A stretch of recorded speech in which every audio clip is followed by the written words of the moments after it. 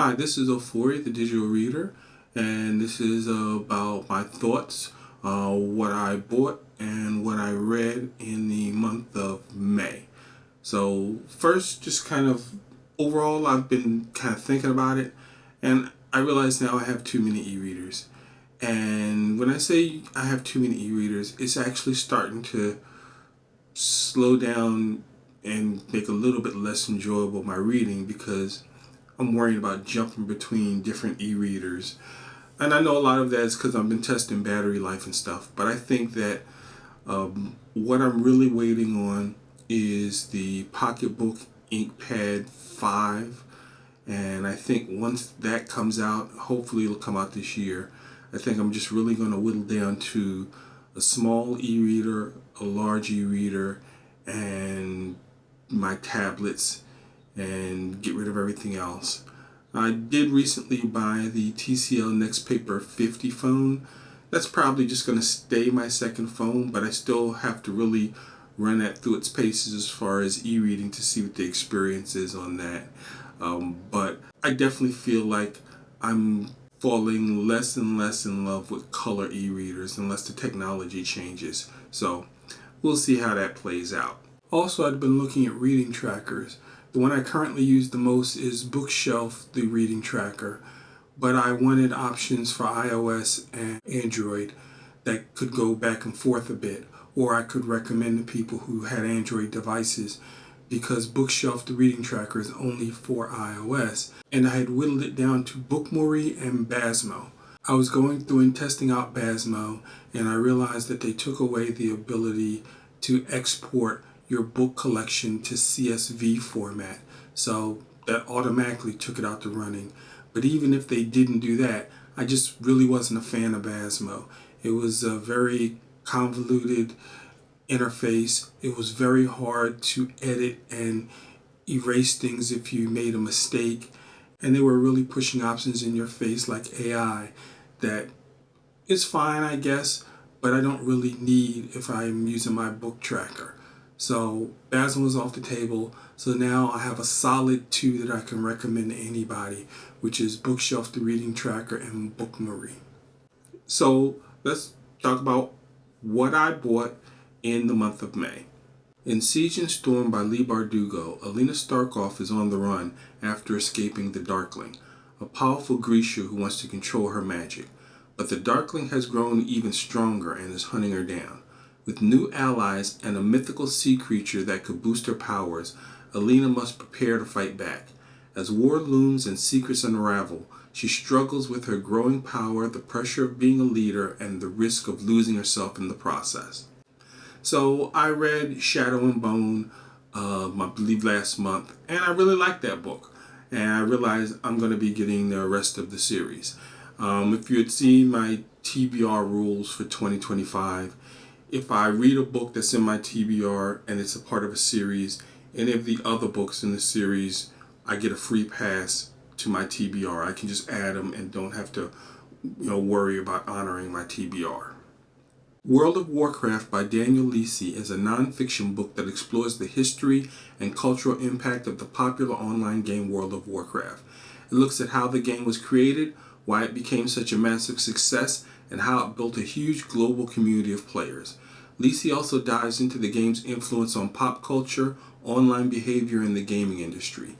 It's a deep but accessible look at how one video game changed the way people play and connect online.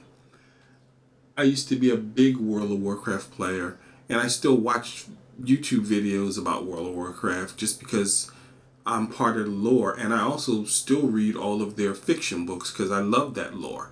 So I felt like, this would be an interesting book for me to read to kind of see the behind the scenes of how it got started and kind of see somebody who's really doing some research into kind of the overall effect of the game. Seven Wonders by Adam Christopher is a superhero novel set in San Ventura, a city protected by the superhero team known as the Seven Wonders and threatened by the supervillain the Cowl. The story follows Tony Prostasimi, an ordinary man who unexpectedly develops superpowers. Eager to make a difference, Tony attempts to take down the Cowl himself. However, his actions lead to unforeseen consequences, revealing that the line between hero and villain is not always clear. As Tony delves deeper into the world of superheroes, he uncovers secrets that challenge his perceptions and force him to question what it truly means to be a superhero. As you know, I am a huge fan of superhero fiction, and I've been trying to add a couple more superhero fiction books to my collection. In the last year and a half, I really have not read a ton of superhero fiction. Luckily, I've read some really great books, but I've also read some, stinkers. So I'm trying to, if I see some superhero fiction, I definitely want to add it to my collection just to kind of build my collection of superhero fiction back up. And this seemed like an interesting story that I give a shot to. Swashbucklers by Dan Hanks is a nostalgic fantasy adventure that follows Cisco Collins, who returns to his hometown 30 years after saving it from a supernatural threat. Now a single father, he discovers that the ancient pirate ghost he once defeated is regaining power, and his old friends have no memory of their past heroics. With the help of a talking fox, enchanted forest, and retro video game weapons, Cisco must rally his former allies to confront the rising evil, all while juggling the challenges of modern adult life. This book caught my attention because the blurb kind of sounds like Stranger Things 20 years later. I don't have a lot of horror in my book collection, just because usually I'm not a big horror fan. But this book sounds kind of horror adjacent, and I am once again trying to read different things, so I figured I'd give it a try. Sounds like it's got a little humor and definitely some horror stuff going on with the supernatural. So put it in my basket, hit buy. And now for the books that I read in May. Yellowface by R.F. Kuang is about a struggling white writer named June who steals a manuscript from her dead Asian friend Athena, a rising literary star. June publishes it under a vaguely Asian-sounding name and becomes famous, but keeping the lie alive gets harder as questions about race, identity, and cultural appropriation surface. The book is a sharp, darkly funny look at the publishing world, privilege, and who gets to tell certain stories. So, the interesting part to me about Yellowface is, obviously, I've read it kind of late in the game.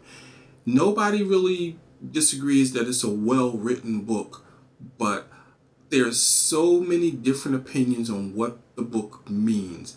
And that's mainly because it has an Asian author, R.F. Kuang, of course. So it's this very interesting story about this young lady who is told from the white writer's point of view. And to me, the most interesting part is listening to her take, listening to how she's experiencing everything. You have to ask yourself, does she think she's the good guy? Her story is told really well because I feel R.F. Kuang does a really good job of trying to make her experience layered so that it's not just good guy, bad guy, but it also does a really good job of pointing out hypocrisy in different areas of publishing and how people act when people are of a certain color. What makes writers' stories valid? Is it research? Is it lineage? Is it past experience? All of these things I thought about when I was reading this book. It was a tough book to pin down as far as what I felt about it and what I thought. And that's what you want in any great book. So I gave this book 5 stars. World War Z by Max Brooks is a fictional account of a global zombie apocalypse told through interviews with survivors from around the world. Each person shares their story of how the zombie outbreak began, how different countries responded, and how humanity fought back. The book explores the social, political, and emotional impact of the war, showing both the horrors and the resilience of people in the face of a worldwide crisis. It's like a documentary in book form told after the war is over. World War Z easily gets 4 stars from me. It is a horror book, but it's really a book about war. And some of those stories are just heartbreaking. Some of them I almost teared up on. It's a book full of stories that are incredibly poignant, And it also has a bunch of stories that kind of show the hypocrisy of man. But then there are some stories that are just like, meh, okay. That's why I ended up giving it 4 stars. Because the stories in it were uneven enough that I didn't want to give it 5 stars. But some of the stories are just really incredible. I know he's written some other books about the zombie war. I am now tempted to read those books because the high points were really high. And whenever you have that, you're always going to be interested in seeing more of that writer. Sentinels, When Strikes the Warlord by Van Allen Plexico is about a power-mad warlord who has a plan that requires an ultimate power source, and can anyone stop him?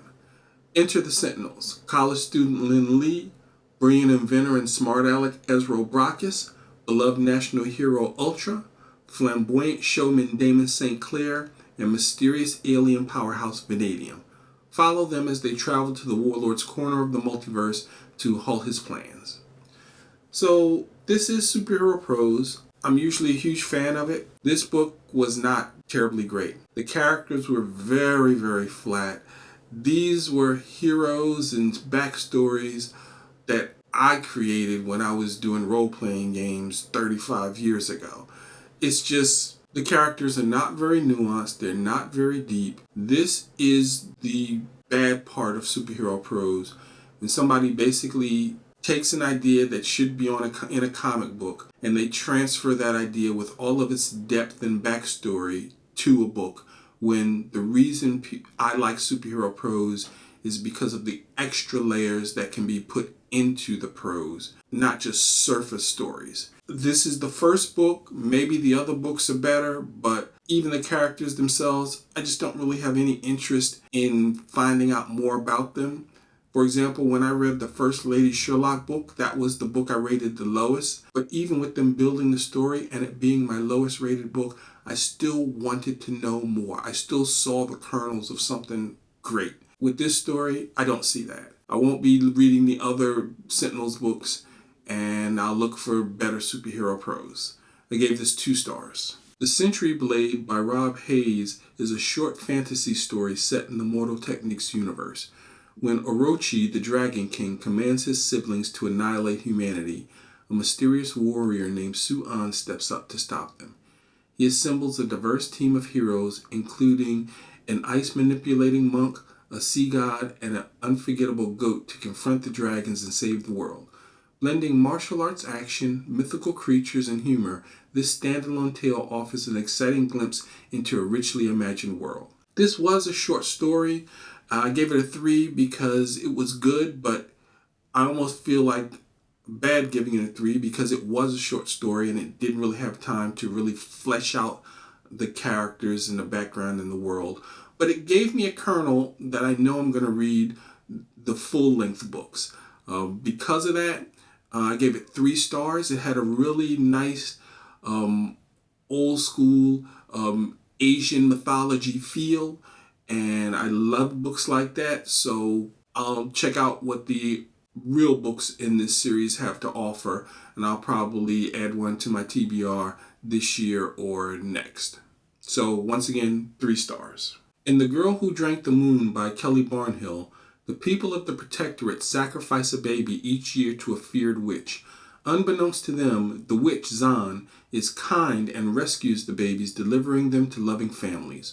One year, she accidentally feeds the baby moonlight instead of starlight, granting her powerful magic. Zan names her Luna and raises her alongside a tiny dragon and a wise swamp monster. As Luna grows, her magic begins to emerge, and she must uncover the truth about her past and confront the real source of evil threatening her world. This was a magnificent story. Often we talk about things that are a modern fairy tale. To me, this is the definition of that. This is a book where it took me through a whole bunch of different feelings. It was incredibly beautifully written, and the only gripe I really have for this book is it probably was a little bit too long. It dragged on just a touch, but once again, it was totally forgivable because it was such an enthralling story. And I guess my favorite part about it is it was just original. And that's really on me. I read a lot of books that are based off of previous intellectual properties, be it hero prose, or be it books on video games, or books on movies and things. I do read a decent amount of that, and this was just totally its own world and its own thing, and it just drew me right in there and had me on the edge of my seat waiting for how everything was going to turn out. So once again, for me, this was a 5-star book. So to sum up what I bought: Siege and Storm by Leigh Bardugo, World of Warcraft by Danielle Lisi, Seven Wonders by Adam Christopher, and Swashbucklers by Dan Hanks.